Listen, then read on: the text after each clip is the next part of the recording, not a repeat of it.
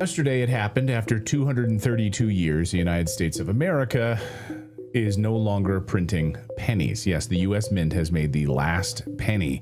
Here it was, the moment when it was coming off the assembly line, I guess, at the U.S. Mint. And it's, to me, when I saw this, I thought, this is really a metaphor, right? This is more of a metaphor about where the U.S. economy is going. It has nothing to do with the penny.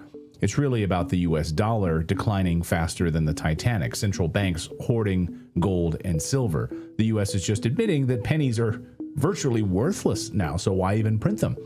The U.S. is $38 trillion in debt with no end in sight. Many are predicting that we are heading for an economic catastrophe, the likes of which we haven't seen since 1929. So let's talk about the debt, because this is the big issue right now, and the numbers are slowly starting to come together here, and it's actually really, really troubling.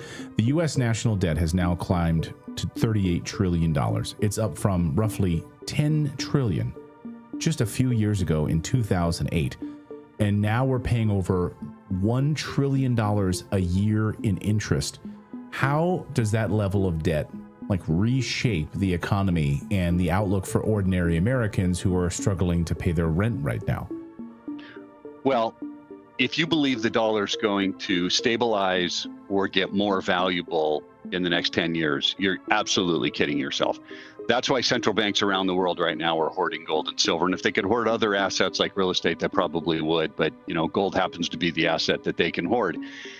People should understand that at this particular point, we are at the end of a cycle as the U.S. dollar as the world's reserve currency. I mean, there's been 6 other world's reserve currencies. They all lasted approximately 110 years, and we're kind of at the end of that. And they all failed for the exact same reason, debt.